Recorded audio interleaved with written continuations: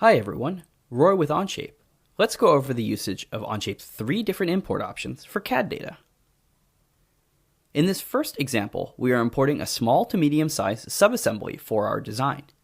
We'll use the first option, which will turn the entire structure into one Onshape document containing the subassemblies and the parts. The single self-contained document is very convenient, but for larger assemblies, it will end up creating too many tabs within this document. So we definitely want to use a different strategy. When importing larger assemblies, such as this entire trailer project, you should use the second option, split into multiple documents. This will create a top-level assembly document, but also split out all subassemblies and their parts into their own linked documents. The result is many individual documents.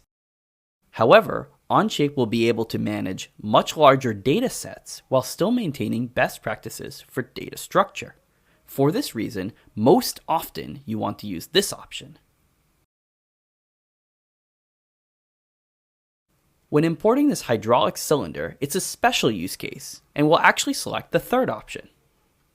This will create a single document with the data translated into a single part studio. The cylinder is a purchased assembly, so even though we are given the whole structure, we really only need to represent it as a single line item in the Onshape BOM.